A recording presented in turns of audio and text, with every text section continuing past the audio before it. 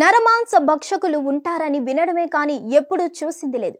నిజంగానే నరమాంస భక్షకులు ఉన్నారా అనే అనుమానాలు మాత్రం ఉంటూనే ఉన్నాయి.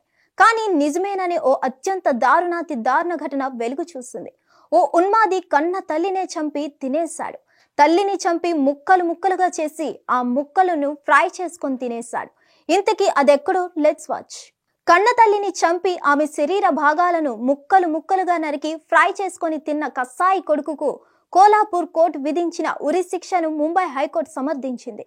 2017లో జరిగిన ఈ ఘటనను నరమాంస భక్షణ కేసుగా హైకోర్టు గుర్తిస్తూ దిగువ కోర్టు విధించిన ఉరి శిక్షను ఖాయం చేస్తుంది.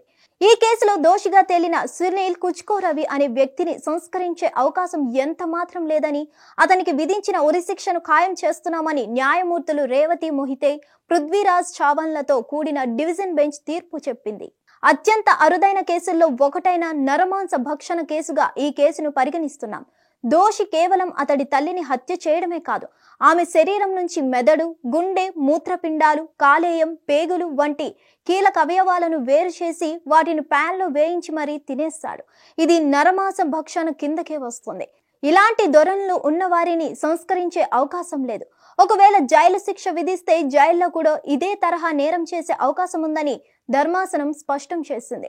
కుచ్కోరవిని వీడియో కాన్ఫరెన్స్ ద్వారా కోర్టుకు హాజరుపరచగా తీర్పును ధర్మాసనం వెలువరించింది. కోల్హాపూర్ సిటీలో 2017 ఆగస్టు 28న ఈ పాశవిక హత్య జరిగింది. 63 ఏళ్ల వృద్ధురాలైన ఎల్లమ్మ రామ కుచ్కోరిని అత్యంత పాశవికంగా సునీల్ హత్య చేశాడు. ఆమె శరీర భాగాలను ముక్కలుగా నరికి ప్యాన్ మీద ఫ్రై చేసుకొని తిన్నాడు. మందు తాగడానికి ఎల్లమ్మ డబ్బులు ఇవ్వకపోవడంతో ఈ ఘాతుకానికి అతను పాల్పడ్డాడు.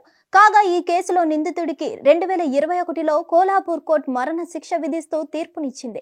ఆ వెంటనే ఎరవాడ జైలుకు అతన్ని తరలించారు. తనకు విధించిన మరణ శిక్షను సునీల్ కుచ్కోరవి హైకోర్టులో సవాల్ చేశాడు. హిట్ టీవీ యాప్ ని డౌన్లోడ్ చేసుకోండి. ఇందులో short news, live news, entertainment movies అన్ని అవైలబుల్ గా ఉన్నాయి. Please download Hit TV app. Hit TV app hit TV app ని ఫ్రీగా డౌన్లోడ్ చేసుకోండి.